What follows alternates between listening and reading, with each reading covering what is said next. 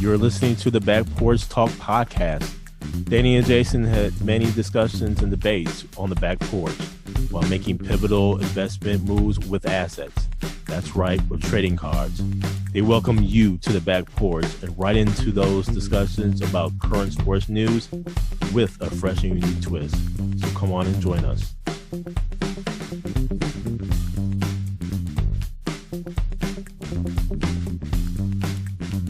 Welcome to the Back Porch Talk podcast. I'm the coach Jason. Your coach Danny. Fans, we got a full show lined up for you. First, we'll go into some NCAA football. The Brewers are brewing. Formula One, NFL begins this week. Boy, we got a full show for you today. But first, Danny, right into the NCAA football. Man, this a lot has happened, man. And as you can see, I'm repping my school, Florida A&M University, boy, man. About to give me that high blood pressure. When they did give me high blood pressure, not only this week, but the week before. But we prevailed in Bragg Stadium, going for win number 21 straight in Bragg Stadium, man. We just don't lose there. It was a hard-fought game. Came from behind victory against South Carolina State, and they came with it. We ended up winning by 4 points, little points down in the fourth quarter, but we prevailed, man. And there's some things that just got to, shore up here, Danny. I think we got to shore up the run defense more so. Coach Cole was talking about some of the adjustments that he made, him and the staff made at halftime, putting a little bit more bigger guys on that D line. I could have told you that from the beginning. Danny, South Carolina State has historically given us problems, man. Mm-hmm. And they have historically had big guys up front in the trenches. And they have historically had a great running game. I could have told you from that from the jump. Put the big guys in.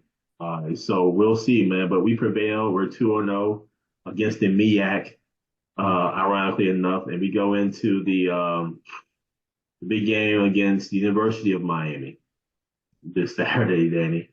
This is a big one, and we'll get into this a little bit more in more detail here. So I got some things to put off my chest here.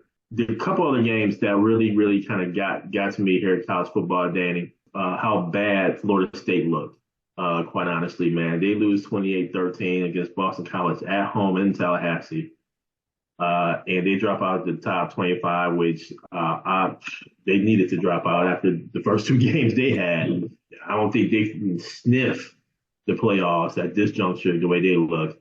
The other game, too, that USC-LSU game, man, they look, that was a great game. Yes. USC prevails, man. It looks like they're on the road to come back in national prominence. USC now in the Big Ten. Got to get used to that, quite honestly. The Big Ten is not Big Tening. We call that Big 18. But USC prevails. The other game to note here, too, Danny, real quickly for myself, would be that of Colorado against North Dakota State. And let me just say, man, North Dakota State came with it.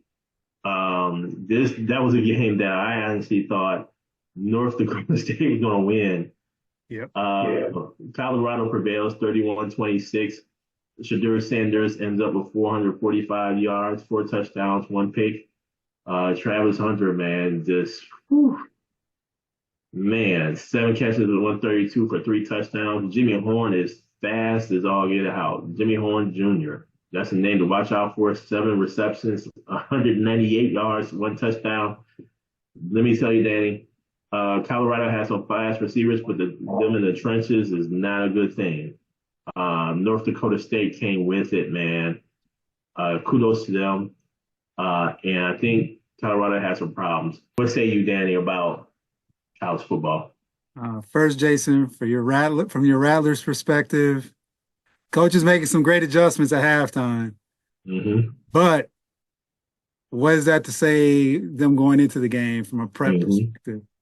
I think, too, it's new, right? So there's a lot of adjustments, getting used to things, getting used to players, getting your system instituted. So it could be a part of that as well, that people have to, from a fan's perspective, understand that there's an adjustment period here. You got the wins though, right? You're not 0-2 because you could definitely be 0-2. But for them to come back in the second half the way they did, and Richardson got those 2 touchdowns in the fourth, big win, man. It was just good. I wanted to see them undefeated going into this game against Miami. We'll see, because Miami looked, they beat the doors off Florida this weekend. It was close for a minute. That's your school, man. Huh? your school, your team. Yeah, they beat them down. 41, I think it was 41-17. Yeah. So they're coming in rolling off that game. The Colorado game that you mentioned, I think if that game was at North Dakota State, I think they would have lost. I just think them being at home helped a lot to overcome some of the things during the actual game itself. And their defense is a lot to be desired at this point in time. You got to realize too, with them, with Coach Prime, he had a lot of turnover on his team, so he's making adjustments. And it's no excuse, because a lot of these teams are doing the same thing with the transfer portal and all this going on. But it's a big game this week coming up against Nebraska with Colorado. And Nebraska, I believe, is favored by 7.5 right going into this game. Another game to call out, man, was Notre Dame and Texas A&M. Notre Dame goes on the road. That was a really good game. It went down to the end. The final score doesn't indicate that. It was 23-13, but it was back and forth. Great game. The LSU game that you mentioned, USC came out and actually played Big Ten football against LSU in that second half. They are very physical with them. And I am looking forward to, since they're in the Big Ten now, they will be playing Wisconsin this year, USC. So that'll be a great game to watch, just to see the contrasting styles. And Wisconsin got their first victory this week too. So a lot of good college football this weekend, and just looking forward to next week and some great matchups. And then just as we talk about the North Dakota State at Colorado game, one of the topics we want to bring up here is that of these money games. It happens every year around the same time. It's always the first couple of games. And this is no different. North Dakota State's going to get that $700,000 from Colorado. And so for those of you who don't know, these money games are very crucial to these smaller programs, in where they take this money and they use it for their football program, or even more so, they spread it across multiple sports within the program itself. Ironically enough, the game that my Rattlers will be playing at Miami, we're getting $700,000. Yeah. So that's a big payday. Now, when Dion was actually at Jackson State, he was, talking about these money games, how much, we should be getting. I mean, there are several other money games that's happened throughout the course of this week and everything. But let me just go to the North Carolina Central Alabama State game. That was the Orange Blossom Classic this past weekend as well, down in Miami. And that was a game that my Rattlers and my school ended up not participating in. The then athletic director decided against it, wanted to go ahead and use an extra home game due to some of the capital improvement money that we were funded to help our stadium, and thought that we owed it to stakeholders in the city, and also to our season ticket holders. Me as an alum, listen, that's some BS, man. Folks not wanting to go to no Tallahassee on no Labor Day weekend. We were doing fine right down in Miami. And it proves that the Orange Blossom Classic, in a sense, they do need a major squad, a major team there. There were only about 10, 11,000 fans in the stands, not even in the stands, but they entered into the stadium, I put it like that, which is down significantly One thing you gotta realize, Danny, back in 2022, 39,907 fans were there. Yep. 23, 24,967 fans were there. I would say even 2021, we're hovering around the 40,000 mark. Now to come down to less than 11,000, that's something, that has to be worked out by the OBC, Orange Blossom Classic, and I don't know what they're going to do. I know that FAMU is tied up next few years here with some of these other quote unquote money games. Mm-hmm. And the money difference that we're talking about, it's been reported that over a 3-year stretch, FAMU would have been paid $450,000 in 2024 this year, $500,000 in 2025, and $525,000 in 2026 had we signed onto a new 3-year contract.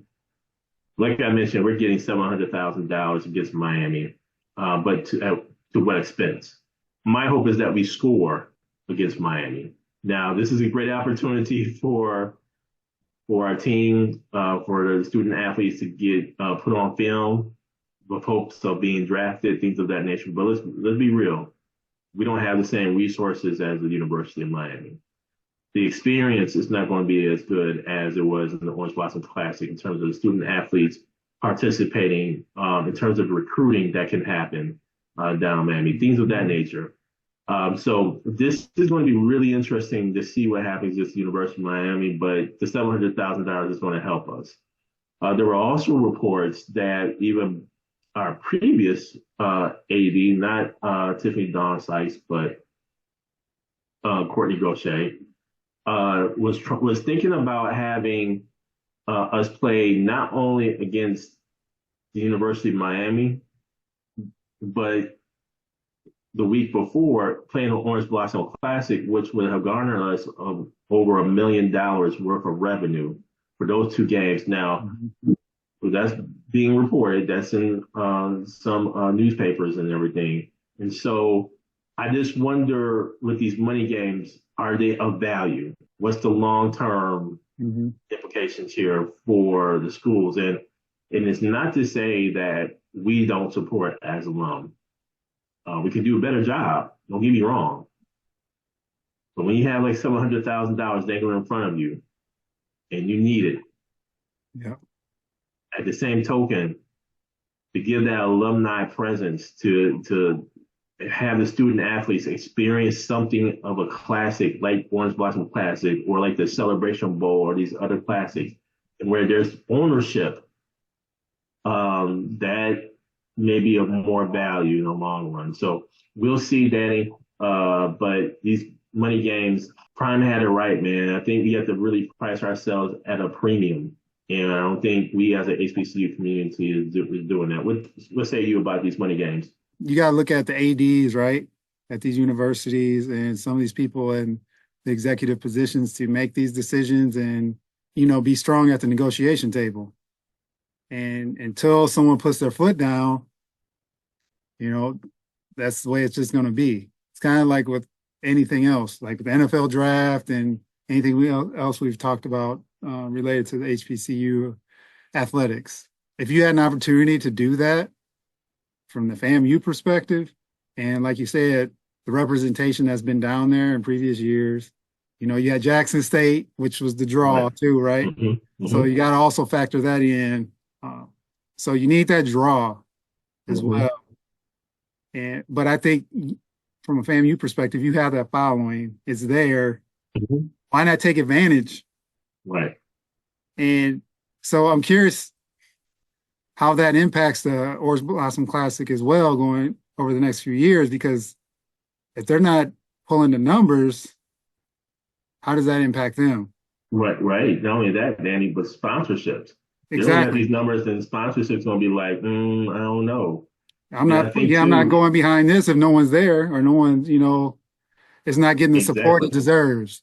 Exactly. And I think Orange Blossom Classic is going to have to rethink how they do this, man. What I mean by that is, and one thing we got to note here, the Orange Blossom Classic always had FAMU in it. So for FAMU not to be in it for this 1 year out of 40 some odd years, I mean, that's crazy. But again, I think that's to what the AD, the former AD, was thinking. And there's a whole lot of rumors that I don't want to spread, but I'll say this: North Carolina Central and Alabama State. This to prove that they don't travel well. You got to get HBCUs that travel well. Yep. FAM travels well, and no matter where we are in the country. Same thing with like the Southern, or same things like obviously Jackson State. There's some other schools that travel well, but this proves that Alabama State and North Carolina Central doesn't travel well. And here's the other thing too, Danny. I don't know what packages they created to get their alumni base or to get their administration to Miami. And that's another thing. And lastly, Danny, I'll say this. Orange Class is going to have to rethink their strategy. I saw a post that there wasn't a whole lot of promotions or marketing of this, even in the Miami area. And North Carolina Central and Alabama State, I don't think have as strong of an alumni base down in South Florida. Yeah. So why not just make it a full-blown, almost like a celebration two type bowl game, and where it's a celebration of all HBCUs, just to bring everybody into the building, into the stadium, because you rely upon North Carolina Central, Alabama State, and some of these other schools that don't travel well. You're going to get 10,000, 11,000 people in there, and you're going to lose sponsorship. So good luck, OBC. FAMU's going to continue to strike no matter what class, no matter what game we're going to be in. We're going to continue to strike, man. And now, Danny, on to a little bit on baseball here, where these Brewers are still brewing, man. We are still coming strong. We still have that 10-game lead in the division. We get the Cardinals. We beat the Cardinals yesterday. We got them again tonight. We'll see what happens, man. But the Brewers are doing well, man. They're doing very well. And again, like we mentioned last week, we have something against Arizona. We have a series against Arizona. We got some tough series ahead, but boy, Brewers are looking good. What say you, Danny? Yeah, Jay, this is where they have to take care of these games. They're 6-4 last 10. Last time we talked, Diamondbacks were screaming hot. They've kind of slowed down. Those series will be big though, because when they come to town, or we go to Arizona, it's going to be a tough sled. It's going to be some tough sledding. So they just, like I said, the Brewers just got to hang with the Phillies and Dodgers. Keep with them, so then you don't fall too far in the standings, and just want to keep up the momentum. The pitching, they've had a couple bumps in the road over the last, week or so, but just keep consistent, and I think they'll be all right. Their offense, they've been scoring pretty well here, so it's just now a matter of just holding tight. We're into September now. Last time we talked, we weren't in September, so it's all about them just, getting through September and getting to the playoffs, but being consistent and winning these series. Now, Danny, on to a little Formula One, where, man, let me tell you, man, this past Grand Prix, Italy, man, the Italian Grand Prix, Charles LeClerc, Ferrari, represents Italy, representing Ferrari. What better combination, man? But nonetheless, man, Charles Leclerc prevails. McLaren, they came in second and third. And that's even after them having the pole position. They battled between each other. Charles Leclerc decided just to do a one-stopper and just kept it moving. All the other strategies were a two-stop strategy, and it showed that in this particular race, Charles Leclerc was right. And so he prevails, man. And this is, man, Danny, this is a great, great, great season of Formula One, man, because it's just a whole lot of unknown. A lot can be said on whether or not Oscar Piastri should have let Lando Norris go ahead to accumulate additional points. Yep. Because coming down to the wire, right now it's 303 is 241, so about a 62-point difference here. And we have 1, 2, 3, 4, 5, 6, 8 more races to go in the season. Anything can happen, man. So this is coming down to the wire, which is absolutely phenomenal, man. What say you about Formula One, Danny? LeClerc was at his home track and took care of business, man. It was crazy though. But McLaren was right there. It wasn't like it was a blowout. And Norris he was in, he was out. He was in, he was out. So it just shows you, man. Norris has been the most consistent over the last few races across the board. Because Sir Lewis Hamilton and the Mercedes crew were doing their thing before the break. And now, Norris is still hanging there in McLaren. But for those two to be sitting there in 2 and 3, had a great race. It was a tough track because it's very tight turns. So for them, to do what they did, and Verstappen wasn't in the top 5. But we'll see. We got, like you said, we got 8 races left. I'm sure Red Bull is at the drawing board trying to figure out how to get it right. But right now, man, it's McLaren, and shout out to LeClerc for getting number 1 here. Yeah, I would say this too, man. In the middle of the race, I remember hearing Verstappen say to his team, "Hey, y'all wake up. I mean, there's still some things that can be done here." Meaning we need to get every single point we can get. Yep. Because he realizes this is going to go down to the wire. This same thing too. I mean, when you think about the Constructors' Cup, I mean, it's only an 8-point difference between Red Bull and McLaren right now. And for that matter, Ferrari's right there too. At a 39-point difference between Red Bull and Ferrari. So this is going to be really interesting coming down to the wire here, man. I'm just going to be real. I think McLaren is going to win the Constructors' Cup. They're racing, man. I can't vote against it. Yeah, man, their car is fast. So I don't know. It's going to be interesting to see what these remaining tracks are like. Yeah. Of course, Las Vegas is coming up. You still have Austin, Texas, here as well. So this is going to be really interesting. So there's going to be a string of Austin down in Mexico, Brazil. Then you come back up to Las Vegas. And so, yeah, this is going to be interesting, Danny.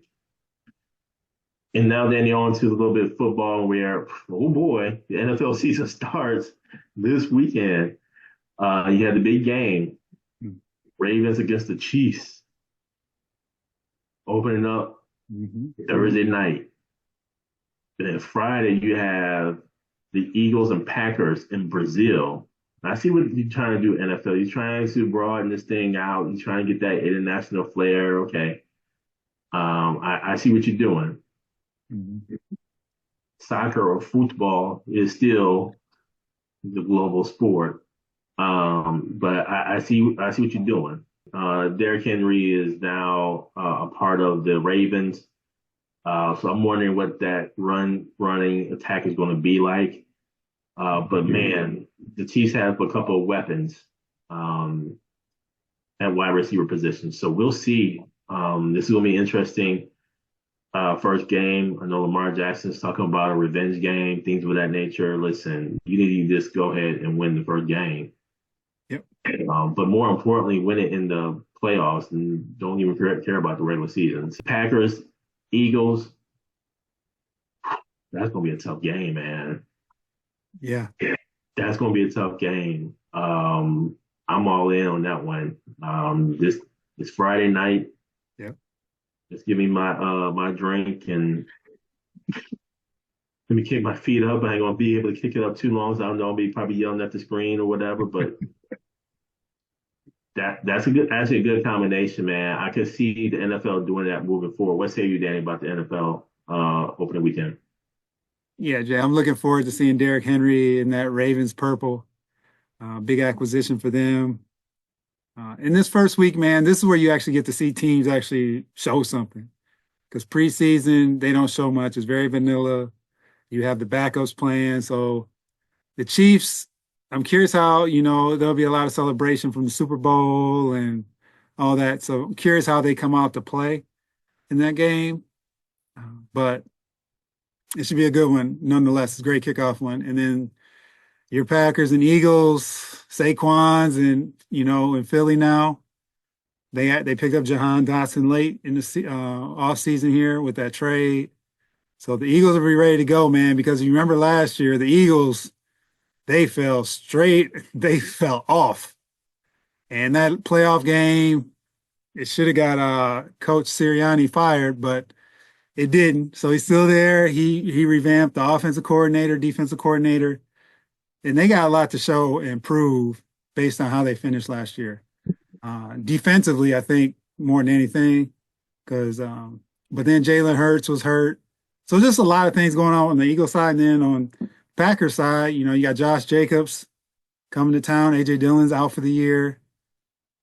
Jordan Love coming off last year. So just a lot to see there, and great, game to pick for that Brazil game.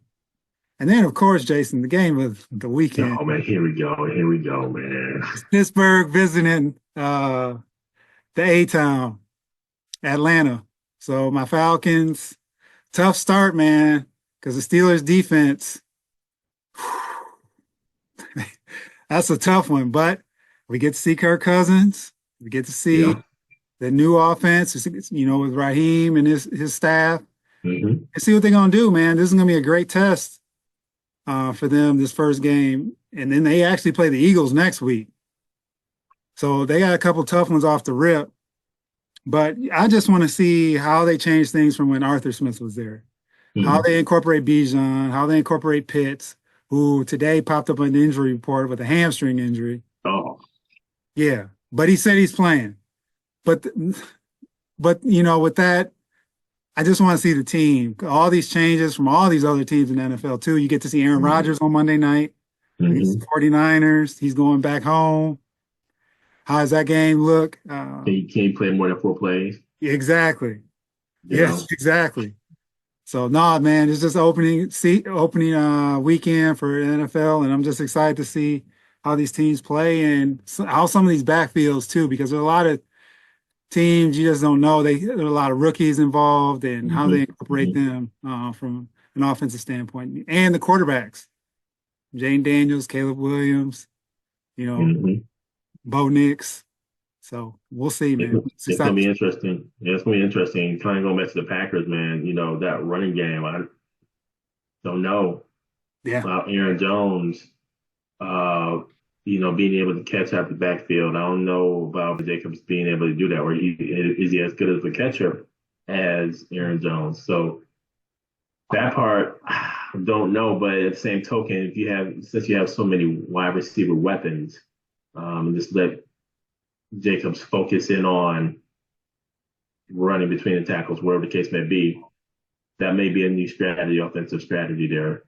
As you mentioned, AJ Dillon's out. We need a couple more running backs, man. So This is going to be really interesting to see how it goes. And then also, just looking at preseason, man, the backups didn't fare as well. So if some of our stars get hurt, watch out. You're going to struggle. Thank you for joining us at Back Porch Talk Podcast. You can also join us on Twitter by tweeting us at @back_podcast. For more information, you can go to our website, which is backporchtalkpodcast.com. You can also email us at backporchtalkpodcast@gmail.com. Again, thank you for joining us, and remember that there's enough hate in the world, so go ahead and spread a little love.